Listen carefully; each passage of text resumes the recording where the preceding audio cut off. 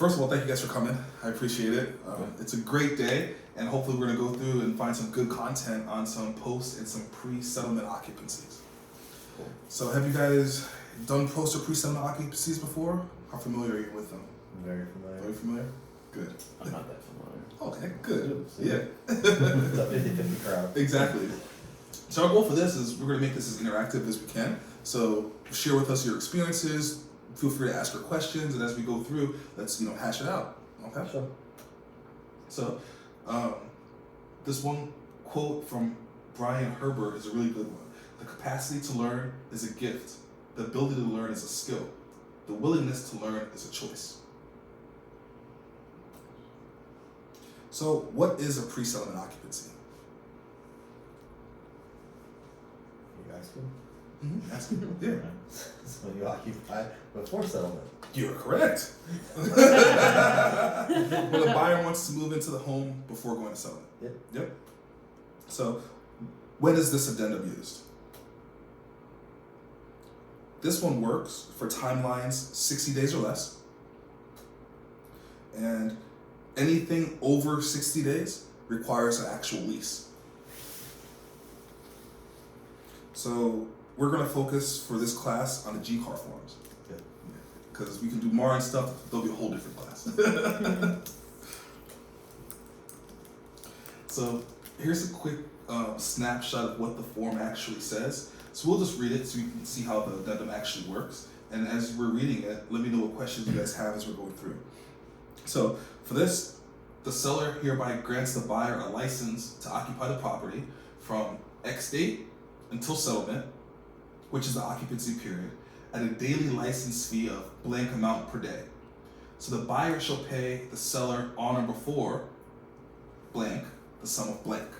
So you're going to be picking a day that is going to be paid, and then how much they're going to be paid to cover the occupancy period.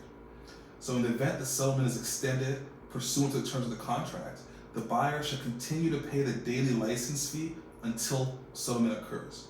And this amount is non-refundable if buyer vacates a property prior to settlement date. Okay? So, you're going to be putting down a deposit. So the buyer has placed herewith to the selling broker or other escrow agent, a lot of times it's going to be the title company, designated the contract, an additional deposit in the amount of X. This deposit and the deposit under the contract shall be known as entire deposit. The handling and disposition of the entire deposit shall be governed by the applicable provisions of the contract regarding the deposit. Of course, in the actual G-car contract, it's a deposit paragraph, which governs how deposits are released. Mm-hmm. So, when it comes to property condition, at the occupancy date, the seller will deliver the possession of the property to the buyer vacant, clean and clear of trash and debris, broom clean, and in condition required under this contract. So the buyer shall do their inspections of the property on that date, and this inspection shall constitute as a pre-settlement inspection provided under the contract. So it's not a home inspection, that's just their visual inspection to make sure that everything is taken care of. So at settlement, the seller will deliver the property to the buyer in the condition required under the contract, except that the seller has no responsibility with respect to any changes in the condition or of the damage to the property which occurs as a result of buyer occupancy of this property pursuant to this addendum. So, until settlement, it's still the seller's responsibility to maintain the house. If the roof is leaking and the buyer's in there, it's the seller's responsibility to keep maintaining it. If the buyer goes in there and puts holes in the walls, it's not the seller's responsibility to fix that. So, the buyer does have some responsibility in this. So the buyer agrees to conduct the occupancy of the property in such a manner as to maintain the property, including all equipment and landscaping, in the same original good order as the occupancy date. So the buyer is not to repaint, redecorate, or renovate without the written permission of seller. So the buyer is responsible for the maintenance of all appliances and equipment on the property and the cost of any repairs or replacements to the same during the occupancy period. So the buyer will be turning the utilities to their name, which will be either the sewer, water, gas, oil, electric, etc., as of occupancy date, and shall pay for the charges of those services for the entire occupancy period.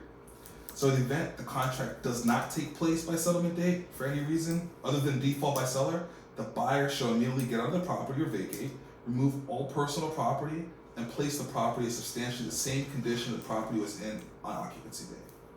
If the buyer fails to comply with the terms of this addendum, in addition to any other remedies specified in the contract, the daily license fee shall be doubled and shall continue until buyer's in compliance.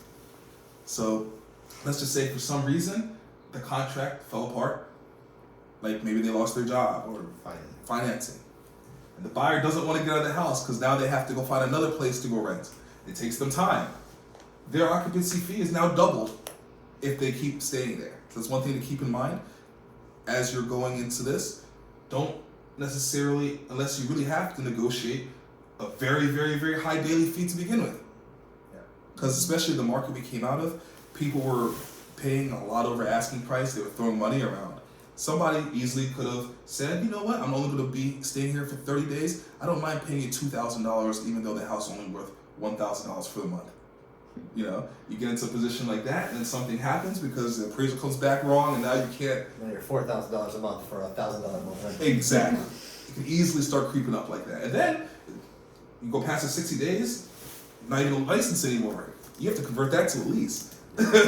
So, of course, there's always a risk of loss. So, except for claims arising out of seller's negligence, it's understood and agreed that the buyer specifically releases the seller and will indemnify and hold the seller harmless against any and all claims that the buyer or members of the buyer's families, agents, contractors, guests, or other invitees may have had personal injury and or loss of damage to personal property during the occupancy period. Such release and indemnification shall include, but not be limited to, reasonable attorney fees. Seller shall maintain fire and extended coverage insurance on the property with an appropriate absentee owner liability clause. In addition, the buyer shall, by the occupancy period, provide evidence of an appropriate policy insuring buyer for loss or damage to buyer's personal property and insuring both the buyer and the seller for fire, vandalism, extended coverage for injuries sustained by buyer's guests or other third parties who may enter the property during the occupancy period. So the seller shall be named as a loss payee with buyer and such policy of insurance. If there's duplicate coverage of the property, seller's policy shall be primary and buyer's policy should be secondary. Buyer shall be responsible for payment of any deductibles under both insurance policies in the event of a covered loss. So you got to get actual insurance. You don't have to get renter's insurance. You have to get insurance, not just covering. Yeah, renter's insurance just covers your personal belongings. Exactly. Structure. This says you're going to get. Yep. And you're going to name the seller as a payee. So if something happens, the seller is still covered as well. Wow, that's going to cost you. Yeah. So it's going to cost that's more. Be expensive insurance. A lot of people skip that step because nobody reads the bottom of the paragraph of risk of loss. They read the first part and they say, okay, yeah, we're just not going to hold anybody negligent. But nobody ever gets the insurance correct. I mean, I've never done a pre-settlement occupancy. Okay. This is one reason for me to tell my clients, why would you want to do a pre-settlement? So you have to get insurance if you want to do a pre-settlement. Yeah. Yeah. It's required. Yeah. Because if you move into that property, what happens if there's a fire? What happens if like smoke detectors pop and everything like gets flooded out? Who fixes that? Right. And then if you haven't bought the property yet, and the seller doesn't have the correct policy because they're not living there anymore, so technically their policy is not going to really cover the next person there, especially if the seller already switched everything over to a vacant property. So now the seller doesn't have any insurance to cover their property. Buyer's not buying the house because the bank won't lend on it. Who's paying for it? So that's an additional cost, which might be just as costly as the daily fee. Or more. So is that something like that insurance plan, for example? Is that something that? It's exactly like the policy I have in Hagerstown. Oh, really? It's $300 a month. Yeah. A month. Not a year, a month. Yep. Jeez. Yep. So is that something that you would set up for your client, or you would just inform them that they need to set that up? That's something that I would inform my clients they need to set up and give them insurance recommendations as they would like. Something I also tell my clients to look into before they agree to do a pre-settlement. Exactly. So this is the exact same conversation that we're going to have with our clients as we're presenting this concept to them when they're like, hey, I want to move in early. Okay, well, let's go through this addendum, let's go through these terms. And of course, if we're using this G-Card contract, it's different than the MOR one. So you have to know what contract you're using because you have to know what options they have. Mm-hmm. Yeah.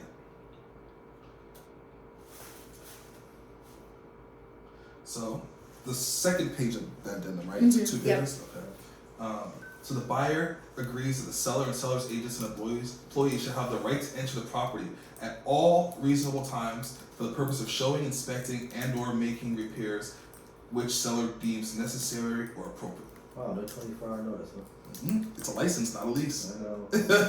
So with the license, I'm allowing you to stay here under certain terms. I still Yeah. So I can still show my property until settlement. I can take backup offers. So even with you being here, I can run all your competition still through the house. Yeah. To make sure you close correctly. You know? And of course, no landlord-tenant relationship is created. So nothing in this addendum shall constitute a landlord-tenant relationship between the buyer and the seller. The buyer hereby warrants that no tenancy shall arise under this addendum or under applicable law. Further, buyers shall have no rights to afforded to tenants in this jurisdiction by reason of licensee here under granted from buyer to seller. Because with actual lease law, tenants have a lot more rights. Yeah. Yeah. The second we go past that 60 days, Yep. 59 days. So in this situation, it's easier to like evict them, although it wouldn't be called eviction, right? Because they're not tenants. Yeah, exactly. So it would just be You say Removal. removal. Removal. I'd still be very interested to see that in person. How that works out. No, in court, it's called squatting. Yeah, Yeah. So exactly. now they're in there. So now they have to do squatters laws versus Squatters tenant rights. laws. Exactly. Which in Maryland, they have the same basic rights as tenants, right? Pretty much. Exactly. But now, we have something that says not only are you squatting, but this is how much you're paying me double Yeah. per day. And if I really, really, really want to make sure you get out of the house, I'll just go to Experian or Equifax or TransUnion, and I'll file my claim against your credit report to make sure that this payment shows up on your credit because you're not paying me. Yeah. So there are ways that I can make sure that it's in your best interest to leave my property that are outside lease law. Right. But I can't advise my client that because You're not an they, attorney. I'm not an attorney, it's for them to do. So there's some things to keep in mind. So as we, discussed, this addendum creates a license to occupy, right? Escrow will be held, so escrow agent will hold the security deposit. We don't hold deposits here, so that'll be the title company or if it's the listing broker on the other side. Title Yes. Yep. At an occupancy date, seller has to deliver the properties outlined in terms of the contract. So clean, empty, etc. So if you're dealing with a seller and there's a home inspection repairs that need to be done, we need to make sure that's knocked out before these buyers move in. Right? So there are ways to get around that. Like if the buyer's agreeable to, you can make an addendum saying that this is already paid for, this is going to be taken care of as you move in. But theoretically, additional provisions. exactly. So people can modify, but for the normal contract, it's just going to be vacant, the way a vacant house should be, and in good condition and in working order. So the buyer has to maintain the home in the same condition it was received. So without written permission, the buyer can't go ahead and start gutting that kitchen that they want done. Nor should they want to, because what happens if something falls apart? They just bought the seller a new kitchen. So the buyer can renovate with written permission if they want to. They might say, hey, I want to paint this room bright pink. Am I allowed to do that? Say, sure, have at it. So, but one of the key things is no landlord-tenant relationship is created. So this is definitely a handshake. We are in here. We are not trying to be here for a year. Don't stay here past your welcome. Go to settlement situation. So.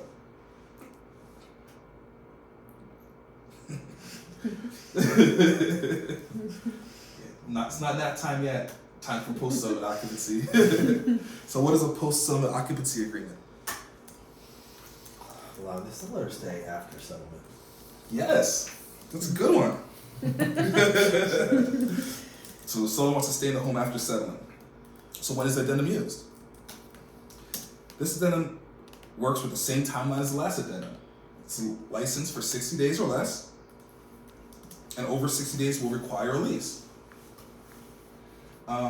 I see a lot more post-settlement occupancy agreements used than pre-settlement occupancy Yeah, I've never agreements. seen a pre. You have never seen a pre?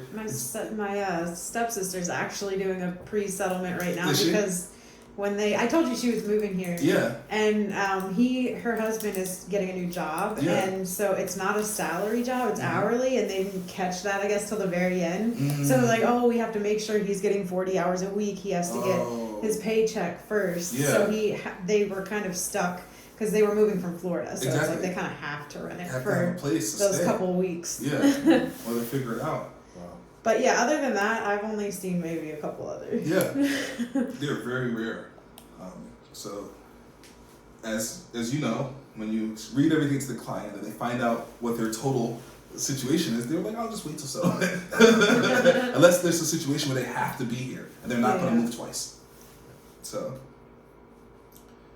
this is what this one says too. So Sorry, this one's super small. that's okay. Seller hereby grants a license to remain in the possession of the property from date of settlement through X date, which is the occupancy period. An occupancy charge at settlement as follows. So there's a couple different options you can choose for this occupancy charge. It's A, B, C.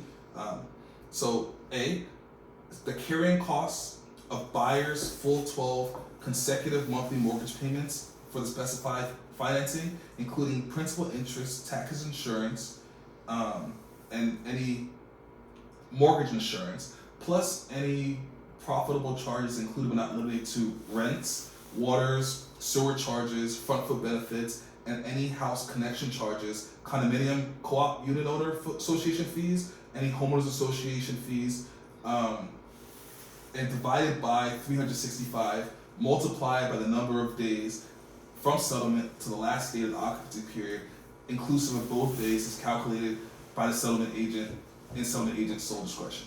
So what does that mean? That means Yeah, it means, Yeah. it means the title company is gonna calculate all the carrying costs and divide it by 365. Exactly. And multiply the number of days they're gonna be in there. Yep.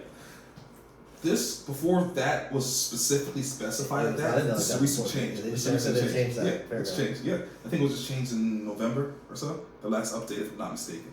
But before, I've done a lot of transactions with somebody, they automatically just assume, what are the buyer's carrying costs? P&I, but Exactly. it's It's not. It's so much more. P&I is one, but Taxes, taxes, insurance. insurance, HOA fees, front foot benefit charges. Yeah. Like there's a lot of fees that are actually built in, and then also any rents. So there's a lot of things. Or you can do it as just picking a number, which is number B. However you determine that number, X amount per day. Letter C is a flattened amount of X. So how do you use those paragraphs? Number one, A, as you said, calculate all those charges, divide it out, and you have your number per day. Number two, let's just say somebody's like, yeah, I understand carrying costs are X amount, but since I'm buying the property, I don't just want carrying costs. I want more. The rental value is X amount. So I want the rental value divided out by X amount of days, and this is what I want, because if I were to rent it out, this is how much I'd be making, right? Or somebody could just say, you know what, I really just want this settlement occupancy for B or C, we'll just do a flat rate of $0, because I'll just let you stay here for free. A lot of people have done that. Typically you wanna use A, right? Like, a lot of people wanna use B, and then when the buyer doesn't wanna do it, it's when you throw money at it and you use C. Yeah, yeah, that's true. Yeah, Basically. exactly. And to be honest, I've used B most times. Yeah, Yeah, I mean, B is common. it's easier to pick- come up with a round number. How much do you want for this property? How much per day? Goes in the placeholder. Problem with A is you're having the title company crunch a bunch of numbers Exactly. to try to come up with this number, and it gets to a Yep. really odd number. Have you had to like negotiate a lot when you use B? Or are people it pretty? depends on it depends on the other agent, to be honest with you. Most Yeah. people understand that, hey, this is the number. Mhm. Yeah. Okay. And then they'll see somebody might be like, why did you get to this number? Because I wanted principal and interest, which is A. A lot And of then what you'd be we've like, seen, a lot of what we've seen is a zero there. yeah, I see a lot of zeros. Yeah. Yeah. Why are people willing to do 0? Because they really want the house. Because it's like, hey, I want to buy your house. I'll let you stay for a month to move to your next place if you take my offer. Makes your offer I'm not better going to than charge you for it. Yeah. I just want to stay. I just want to buy your home, and then they're paying for the carrying cost for another month for you. They're fine with that, especially the market we just came out of. that. Problem with putting zero there is when you get to the Yep. penalty for holdovers, it becomes complicated because you can't double zero. Exactly. Well, you can. It's just still Zero. zero. It doesn't help you. Anytime It doesn't zero help is zero. you. Exactly. Exactly. So, as Matt was saying, the amount paid for this license is not refundable in the event the seller vacates the property prior to the end of the occupancy period. The license hereby created shall be a license from day to day, and in no event shall remain in the property after the end of the occupancy period. If seller fails to vacate the property end of occupancy period, in addition to any other remedies specified in this contract, the daily license fee shall be doubled, or if checked, will be X amount per day. Like you were saying, this is the place where if you have zero in that and you don't have anything checked, it's going to double and it's going to be zero. And they're gonna live there for free. Exactly. So you But evict them. Yep. If you have $1,000 a day or $500 a day, it's going to double to $2,000 a day. If you have $30 a day, it's going to double to $60 a day. What I like to do, especially if I put zero, is you just write something in there per day. Check the box and make it some extraordinary number to make the seller leave. I put $1,000 per day. Yeah. So I'm like, okay, we'll give you a free rent back. You can stay for as long as you want, this 45 days. But if you don't leave, it's $1,000 a day after that. Because they'd be getting $60,000 a month. Exactly. And if somebody's arguing and they're like, hey, we really don't want to pay $1,000 a day, then you kind of know that they're planning on not leaving. Because otherwise, they'll say okay, because they plan on leaving. They'll be gone. So, sorry, this thing unplugged itself. Come on, find the source.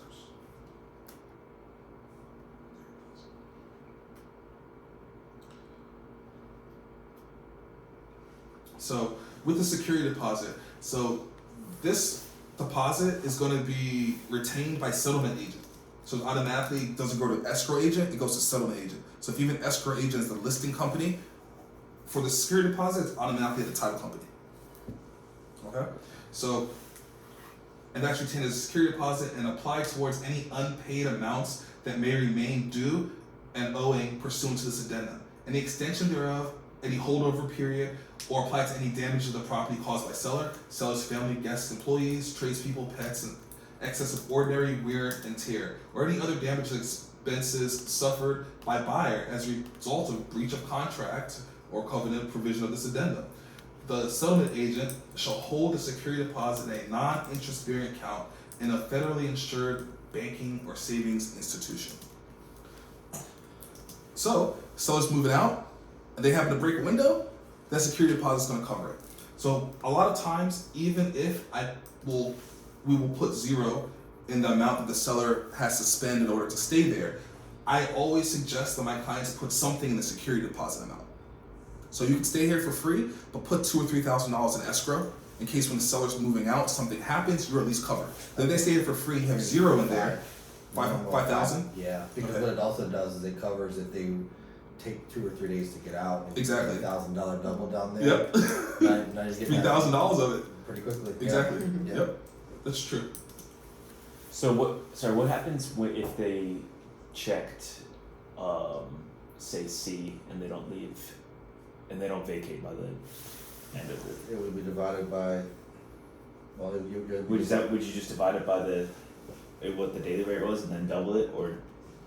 Yeah, so if you check that, the flat rate and the amount of blank, then the daily license fee shall be doubled. So yeah, you would just divide that out and you would double that. So if they gave you $5,000 and they stayed for 10 Right, days, okay. Exactly, you divide that out. $500 a day, and Exactly, you start times dividing two. $2,000 Okay. a day. Yep. Gotcha. Exactly. Yeah. And also, if you don't want to do it that way, you can put that flat rate in there and then just check off the box and write something in there, Yeah. so that you're not trying to break it down per day now and Yeah, right. just put something extraordinary in there. Right, gotcha. Yeah. That's a good practice to do, actually. Yeah. So, when it comes to the property condition, seller hereby agrees to deliver the property vacant, clear of trash and debris, broom clean, the condition required under the contract. Seller shall continue to pay all utilities through the later of the last day of the occupancy period or the date seller actually vacates the property. So if the seller's going to be there a month, they're going to continue carrying the utilities for the next month. The seller's going to be there for 3 days, they'll carry it for 3 days. And then of course there's a final inspection. So the buyer shall, and this will include any buyer's representatives, any of the buyer's agents, shall inspect the property to ensure compliance with the contract, final inspection. Seller has the right to be present to the inspection as well. This final inspection shall take place no later than 6 p.m. the day following the end of the occupancy period, or such either date or time the buyer and seller specifically by written delivered to the settlement.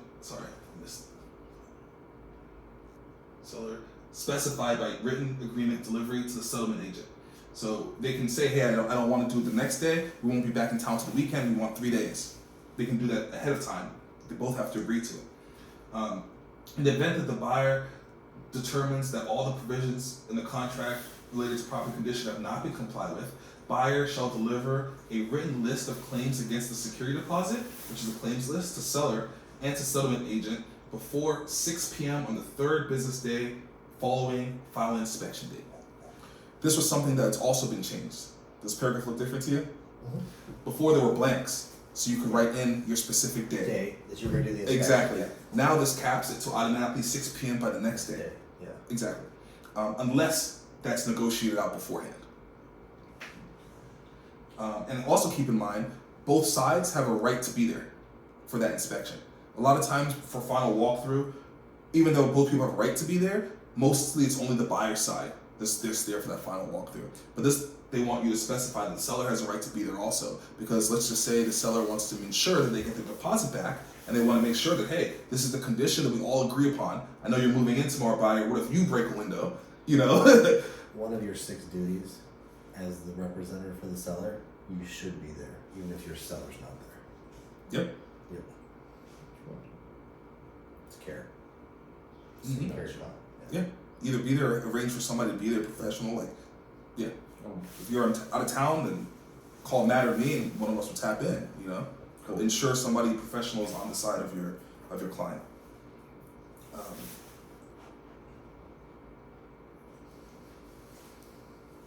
So downstairs on number 5, you're gonna see. I'm gonna read it from this. It's a little bit blurry at that end. So in the event of such claims list is not delivered to seller, settlement agent within said time frame, buyer shall be precluded from making any claims under their addendum against a security deposit. In the case of settlement agent is authorized to directly release the security deposit to seller without further agreement notice to parties or duty to make further inquiry.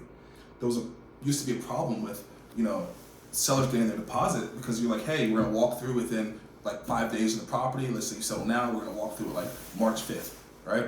And then there was no timeline that was put in there that said when the actual addendum needed to go to the title company that says you can have your money back. Sometimes the sellers are being chased like, hey, we're gone, we want our money back. And the other side is like, oh, we're not done yet. Oh, we'll get this list over to them later. So this makes it where if even you don't have your list within 3 days, you just gave up your right. So your right's gone, title company just released. They don't need any more permission. It also prevents the buyer from being like, oh, now the dishwasher doesn't work. Exactly. 7 days later, when they got in there, they ran the dishwasher for 7 days straight. Yeah. Yep. Trying to get sellers to pay. Well, the same thing with the washing machine, ran 10 loads of laundry. Exactly. Oh, now we broke it. We put all the comforters in there from the old house. It's full of all the... Now it's not working. Came back from the beach, it's full of sand. Now it's not working. So in the event the claims list is delivered within said time frame, the settlement agent must continue to hold the security deposit pending delivery of either of the following. So either you get delivered a notice from the buyer to the settlement agent directing a release of all funds to the seller, or a written agreement between the buyer and the seller specifying any disposition of such funds. So they can say, hey, release everything, or hey, release half of it, but it has to be agreed upon at that point. So, notwithstanding the release of any funds held in escrow, the parties can agree that the rights of the obligations of the parties with respect to the condition of the property as may be satisfied in the addendum of the contract shall survive and remain in full force and effect. In the event that any amounts due to the buyer under this addendum are in excess of the security deposit, it is understood and agreed that the seller has a responsibility to immediately reimburse buyer the excess amounts due. So if you have that $5,000 security deposit and they took down a $10,000 wall accidentally, then they're gonna have to pay the buyer $5,000 more later.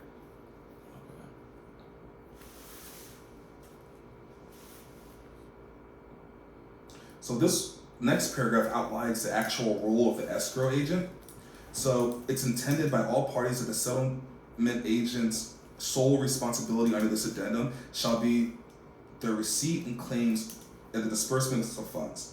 In no event shall the settlement agent incur any liability for any decision made pursuant to this agreement, or the event that security deposit proves insufficient to pay all covered claims. In the event that the settlement agent must participate in negotiations with or between the parties, or in any legal or equitable proceedings in any capacity, buyer and seller agree to be joint and severally liable for settlement agent's time spent and for all reasonable attorney's fees, expenses, and costs incurred by settlement agent, prior to incurring any expenses or charges for which buyer and or seller shall be responsible under this paragraph.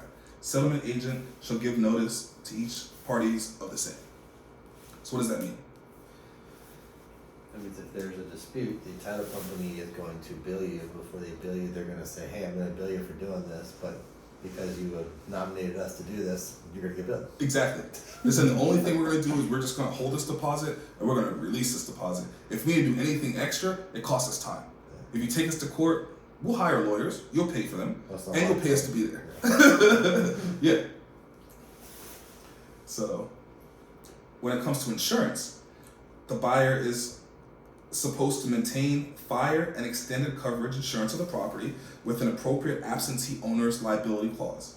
In addition, seller shall obtain and maintain throughout the occupancy period an appropriate insurance policy, insuring seller for the loss or damage to seller's personal property and insuring both buyer and seller for fire, vandalism, and extended coverage for injuries sustained by seller's guests and other third parties who may enter the property during the occupancy period. Buyer shall be named as a loss paid with the seller on said policies of insurance. Buyer and seller shall confirm with their respective insurers that appropriate coverage is obtained prior to the terms of this addendum. So similar to the last one, except it's flipped. Yeah. So the buyer has insurance on the property by purchasing the home. They have homeowners insurance. That policy may or may not be enough to cover this. So what they're going to do is they're going to call in to the insurance company and explain to them that we're having somebody stay in this property after we purchase it. The seller's staying there for 2 months. So we need to have a coverage that covers the fire and extended coverage of the insurance, and make sure that, you know, anybody who comes to the property is going to be protected too. And then the seller's going to call in and say, hey, we sold our property. Since we sold our property, we no longer have homeowners insurance on it. So we need to get our policy that protects from fire, vandalism, extended coverage for injury sustained. So they're both going to be paying for additional coverage. So that might be also negotiated on that price. So if there's duplicate coverage of the property, the buyer's policy shall be primary, and the seller's policy shall be secondary. Seller shall be responsible for the payment of any deductibles under both insurance policies in case of a covered loss. Except for claims arising out of buyer's negligence, it's understood and agreed that the seller specifically releases buyer and will indemnify and hold buyer harmless against any and all claims that sellers, member of seller's family, contractors, agents, guests, and invitees may have for personal injury and for loss or damages of personal property during the occupancy period. Such release as an indemnification shall include, but not limited to, reasonable attorney's fees. So, if something does happen, seller's paying deductibles. So seller needs to make sure, one, their deductible hopefully shouldn't be too high. And they better hope the buyer's nice and have a low deductible too, because you know you pay more money to have lower deductibles. Yeah. So if a buyer's has to pay something extra, they're gonna get the cheapest one, which is the highest deductible. Unless they're nice. So it's not even an option, though both are required to get the additional insurance. Yeah, you both have to have hazard coverage. In most cases, the seller is just gonna carry on their coverage to Mhm. keep it the same. The buyer just needs to notify the insurance company that they're not occupying the property immediately, and that they need to have vacant insurance. Mm-hmm. It's a good recommendation So not to change the policy though. The homeowner's insurance that they bought when they were purchasing the house sometimes is enough, or is I think that they should still call and double check that that's enough. We should notify They them. should, yeah. There's a claim file, they're gonna say, why don't you notify that you Exactly. are occupying the property right away? Yep. So there is some scenarios where they are just fine with the homeowner's insurance that they got when they. There might be. The Because insurance but they agent should will still- tell you. Yeah, the Okay. insurance Yeah, agent right, needs to okay. tell you, because when that seller sells, they have that insurance policy. Technically, once they sell, the seller needs to call in their insurance policy and cancel. But now they don't own the property anymore. So they have a homeowner's insurance policy on a home they don't own. Right. Yeah. So that's not really going to help you because it's a homeowner's insurance policy. So technically the policy's good enough to cover, but they don't own the home that it's covering. So you want to call the insurance agent for them to say, okay, based on your policy, this still covers that type of situation, or let's adjust it to add this on instead. Right. Okay. We're not insurance agents. We always tell people, Yeah, I call have your no insurance idea. company and get professional guidance. Exactly. This is one thing. Until I sold my first property, I had no idea that I actually had to call the insurance and cancel the insurance on the property.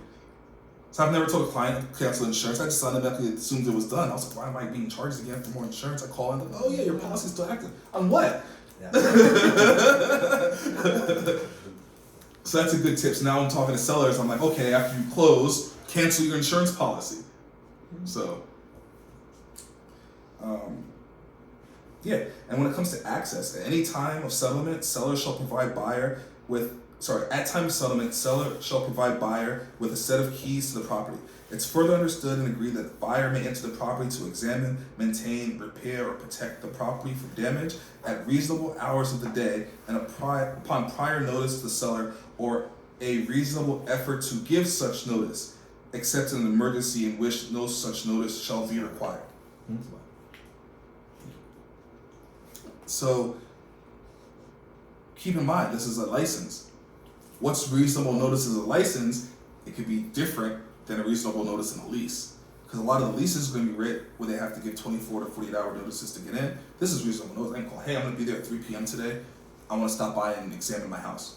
And then they can say yes. Or if they don't pick up, you tried to give reasonable notice, you left them the voicemail, they didn't answer, you're there at 3, you can go in. Because it's the attempt or the giving of the reasonable notice. So you might be inside taking a shower as a seller, all of a sudden somebody walked in your house, you know. So, of course, right? No landlord, you might get free rent back at that point, you never know. No landlord-tenant relationship is created. Nothing in this addendum shall constitute a landlord-tenant relationship. Buyer and seller hereby warrants that no such tenancy shall arise under this agreement or under applicable law. Further, seller shall have rights afforded to tenants in this jurisdiction by reasons of the license granted from buyer to seller. You notice that one? Seller shall have rights afforded to tenants in this jurisdiction by reason of the license hereunder granted from buyer to seller. So this license Gives you tenants' rights. exactly. So it's pretty safe to say As a seller, you can't get evicted from your own home because they've already occupied it for so long. You lease it to yourself technically.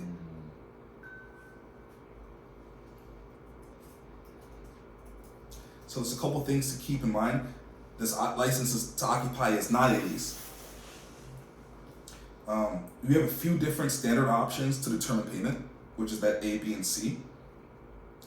If seller fails to vacate, the daily fee shall automatically be doubled unless another option is decided. Buyer and seller's agents have a right to be at the final inspection. And the buyer has 3 days to deliver written claim against the deposit. So, what about a pre-settlement limited access? When is that used? when you want to access the property with limits to like contractors and setting things up and not occupying the property but accessing the property. Yeah. Or as a buyer. Mm-hmm. So buyer wants early access for non-full-time use of the property. So this is what the limited access addendum looks like. So, first paragraph, seller hereby grants buyer a license, as all the rest of them, to have limited access to the property, which does not include occupancy, from this date until that date, which is called a limited access period, at a daily license fee of X amount of dollars. Buyer shall pay to seller on or before blank date the sum of X amount of dollars, covering the license fee for the limited access period. This amount is non-refundable. The access granted herein shall be coordinated with and through seller and shall not be unreasonably withheld. So, there's a couple different acts that are authorized.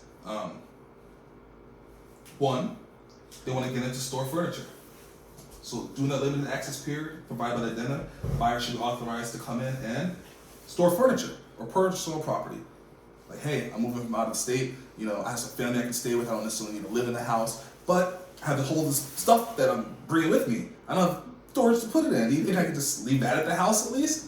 That's limited access. And then if I leave that at the house, how often will I then need to actually go there to access my furniture? Like if I leave my toothbrush there, I'm gonna go every day and brush my teeth. You never know.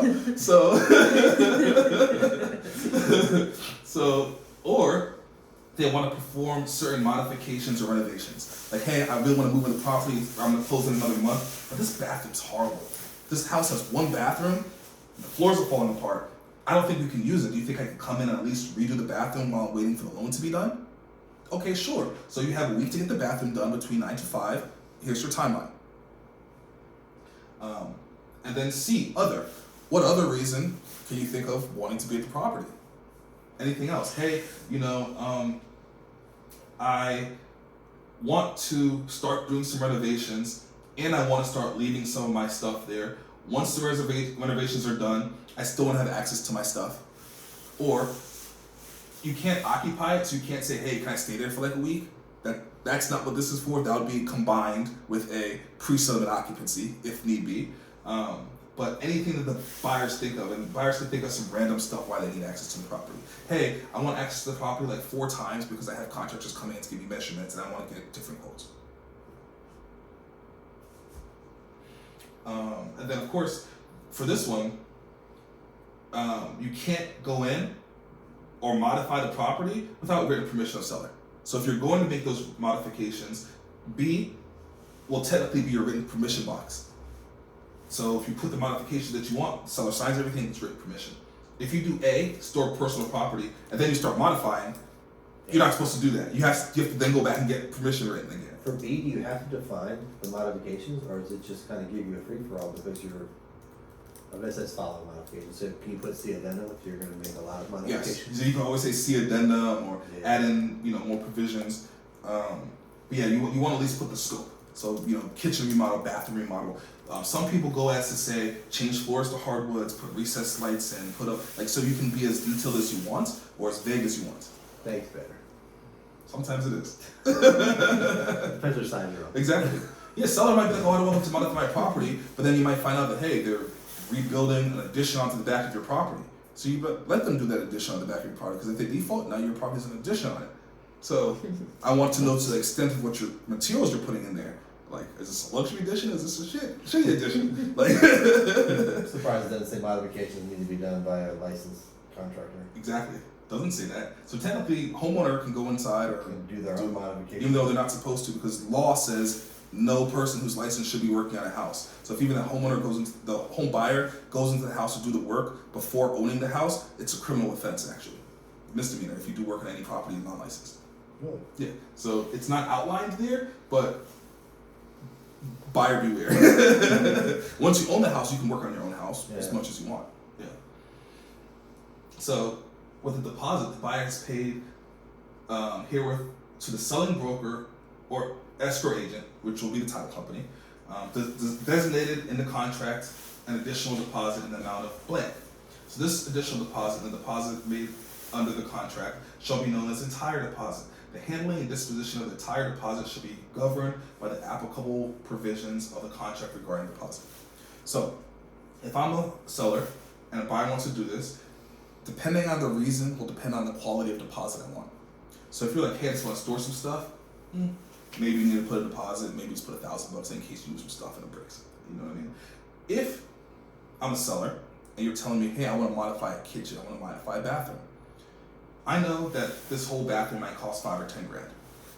I might tell you to put $5 or $10 grand deposit down, because if you screw this bathroom up, now I have to rip it out and redo it. I don't want to have to worry about it. Mm-hmm. If you're doing this kitchen, you're doing a $50,000 modification on a quick kitchen, you're moving walls, I might want a little bit more than just $10 grand. Because if you mess something up structurally, there has to be money to fix it. Yeah. So you have to balance that out. But that's also what's reasonable. Is this buyer really cash strapped? Do they have the 10 grand for a deposit? It's that balance. So this deposit is on top of like the access fee, And EMD. right? Yeah. I feel like is it uncommon that someone actually charges them an access fee, or is it pretty? I All have situational. not really had to charge or get charged an access fee for this. Most people, if Yeah. you're nice and you're not an asshole throughout the transaction, just like, hey, yeah, go put it in the basement. You know, Yeah. you can put your stuff in. Hey, you can leave your stuff in the garage. You just have the conversation. You might write an addendum out. It might be in some transactions' best interest to charge that access fee and actually go about it this way, because you want to always have yourself covered. Especially if it's like a spotty transaction, you don't know which direction it's going in. You want to make sure that if you're modifying my kitchen, I'm gonna get my money back. But if you're just storing stuff, most people don't charge us to store stuff. Especially if the house is vacant. If they're still living in it, then they might, but Yeah. but that's one of the reasons why you're going to have really good communication with the other side. So you're going to be really nice to them. You're going to try to make friends with the other agent, because one, there's always good people to make friends with. But two, if you need something like this, your positiveness and your relationship that you've built might just get your client some storage for free. Right. So of course, property condition. At settlement, buyer will deliver the property to the buyer in the condition that's required for the contract. Seller has no responsibility with respect to any change in the condition or of damage to the property which occurs as a buyer's resolved access pursuant to this addendum. So the buyer can't be like, oh, you were supposed to leave the house like this and I changed this, you need to fix it like this because I'm not going to buy it, I screwed it up. No. Anything that you touched, you're still buying it this way. And then the buyer's responsibility in the event the settlement under the contract does not take place by the settlement date for any reason other than default by seller, then at seller's sole election, the buyer shall immediately remove all personal property and or complete any modification or renovation work authorized by this addendum and or place the property in substantially the same condition that the property was in at the access date. Buyer shall also pay all contractors in full and agree to forfeit any right for claim for increase in value of the property resulting from any work performed by the buyer. If buyer fails to comply with the terms of this addendum, in addition to any other remedies specified in the contract, the daily license fee shall be doubled, commencing on settlement date and continuing until buyer is in compliance. So they like doubling these fees. I like doubling the fees. I'll triple up if I could, but it's It's an easy way to keep people honest. Exactly. Yep. Especially when you start with high numbers and double that, you know. But keep in mind, if you're in the middle of doing a renovation project, you have to complete the project or make it the same that it was before. So if you're halfway through, you have to now finish it, and you got to pay all the contractors for it. And when the seller puts it back on the market and they get more money for it, you get no claim of that money. So you didn't bought the seller a new kitchen. That's really nice of you. So of course, there's always a risk of loss. So except for claims arising out of seller's negligence, it's understood and agreed that the buyer specifically releases seller and will indemnify and hold seller harmless against any and all claims that the buyer or members of the buyer's family, buyer contractors, agents, guests, or invitees may have for personal injury and or for loss or damage to personal property during the limited access period. Such releases and indemnification shall include but not be limited to reasonable attorney fees. A seller shall maintain fire and extended coverage insurance for the property with an appropriate absentee owner's liability clause. In addition, buyer shall by access date provide evidence of an appropriate policy insuring the buyer for loss or damage to buyer's personal property and insuring both buyer and seller for fire, vandalism, extended coverage for injuries sustained by buyer's guests and any third party who may enter the property due to a limited access period. Seller shall be named as a loss payee with buyer to send insurance policies of insurance, or if there's a duplicate coverage on property, seller's policy shall be primary, buyer's policy should be secondary. Buyer shall be responsible for payment of any deductibles under both insurance policies in the event of a coverage loss. So just like all the other ones, the buyer's gonna have to pay for their insurance. So there's an insurance way out the storage fees. Does the insurance plus deductible weigh out storage fees? Because you're going to pay the deductible, doesn't matter which policy is being used if there's something that goes south. And of course, no landlord-tenant relationship is created. Nothing incidental shall constitute a landlord-tenant relationship between buyer and seller.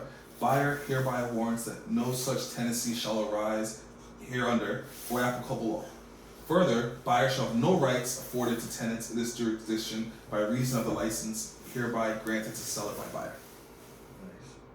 Yep, that's what I like to see. No license. So anything to do with buyer, if you think of it this way, anything to do with the buyer occupying pre-licensing, they have no tenancy rights. If it has to do with the seller who's already occupying the property, they have tenancy rights. Yep. So, a couple quick things to keep in mind. Specific use and purpose of access is outlined. Seller doesn't take responsibility for any changes or damages buyers may cause at their possession date. If buyer doesn't take possession, they need to complete the renovations and return the property to the same condition it was. And then no landlord relationship is created. Do you guys have any questions? I know it's a lot. I don't know, it's not really a lot. It's just That was a good review. Yeah. Yeah. I like the changes that they made in it. To be honest, I think the changes streamlined it a little bit differently. yeah. Yeah, because it keeps all the questions that people had out of it, and everybody's like, oh, I don't know. No. Now this outlines, everybody has a standard, and everything can be modified. Additional provisions are there for a reason. Yeah, so next week, we're having Jordan Dobbs Yes. come in to do a Bridge training on bridge loans.